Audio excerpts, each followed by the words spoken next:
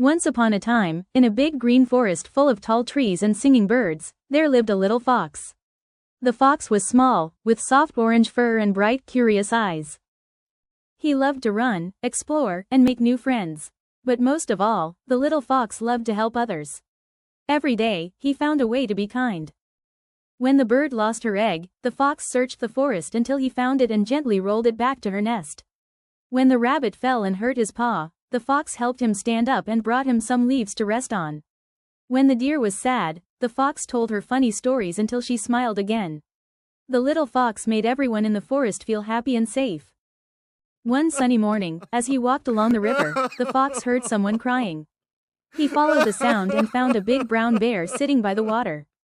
"Why are you sad, Mr. Bear?" asked the fox softly. "Oh, little fox, all my fish swam away. Now I have nothing to eat." The fox thought for a moment. Then she said with a smile, "Don't worry, Mr. Bear. I'll help you." He ran along the river, jumped over a few stones, and looked carefully into the clear water.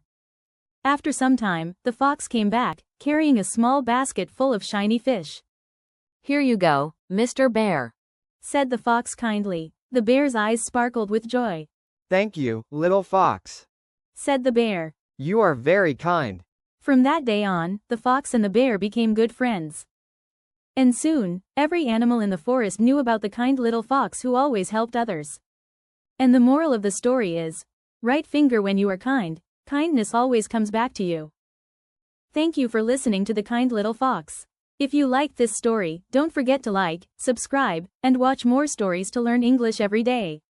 Glowing star, see you next time. Bye bye.